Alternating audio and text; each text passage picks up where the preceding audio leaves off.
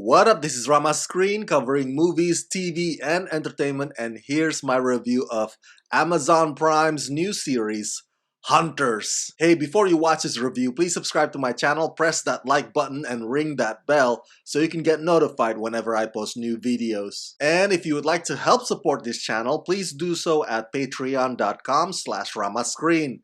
That's patreon.com/ramascreen.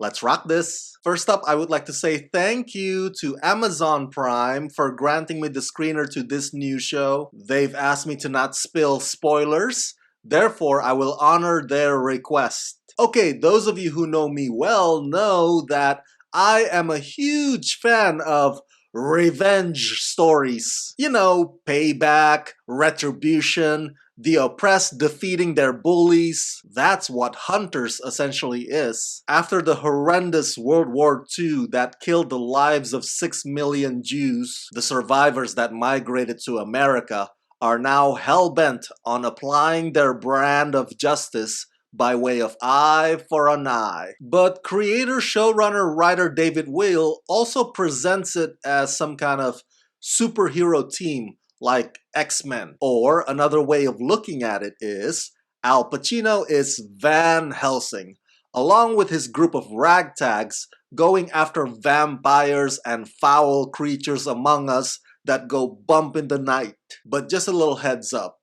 This show is not for the faint of heart. There are a lot of disturbing scenes that are pretty tough to watch. I think partly the reason is because we have in the back of our heads the history lessons that we learn in classrooms about Holocaust. So even though the characters may be fictional, the story itself, however, feels personal. The show wants you to understand what's at stake here. So Hunters never shies away from its graphic depictions of Nazis murdering the Jews in order to land their point and make it linger. Created and showrun by David Weil and executive produced by Oscar winner Jordan Peele, Hunters is about a diverse band of Nazi hunters living in 1977 New York City.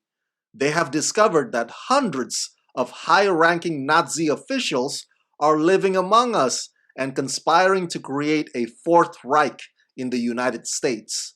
Logan Lerman plays Jonah, who after a tragedy learns that a family friend, Meyer, played by Al Pacino, is actually the head of a group that sets out on a bloody quest to bring Nazis to justice and destroy their new genocidal plans. Co-starring Jerrica Hinton, Josh Radnor, Kate Mulvaney, Tiffany Boone, Greg Austin, Louis Ozawa, Carol Kane, Saul Rubinek, Dylan Baker, and Lena Olin. It really makes sense though for the story to be set in the 70s, because if it were set today or the present day, most of the people who were part of that history on both sides have passed away and are now long gone. But the fact that it's set in the 70s, World War II is only about 3 decades old, it's still fresh in people's minds, and this particular era also allows for the already colorful characters to become even more eclectic than they already are. Tiffany Boone with her foxy brown afro, or Josh Radnor with his sideburns and upturned collar. I can just imagine. Costume designer John Dunn must have had a total blast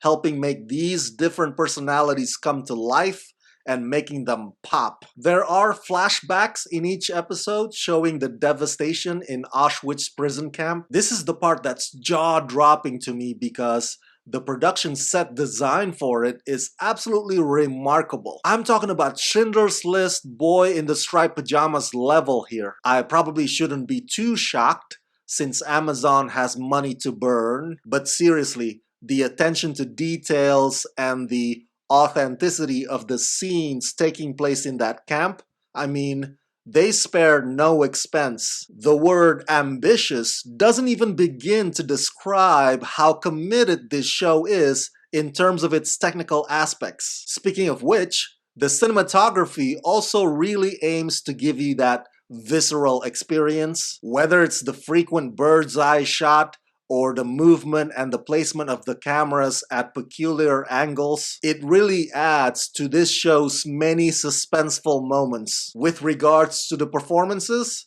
of course, you can never go wrong with the great Al Pacino. This show, by the way, marks Al Pacino's return to TV since probably Angels in America, a powerful miniseries which I adored and worshipped. And Al, as you all know, is like wine. He gets better with age. Now, if you're wondering, no, Al Pacino is not Jewish. He is Italian-American.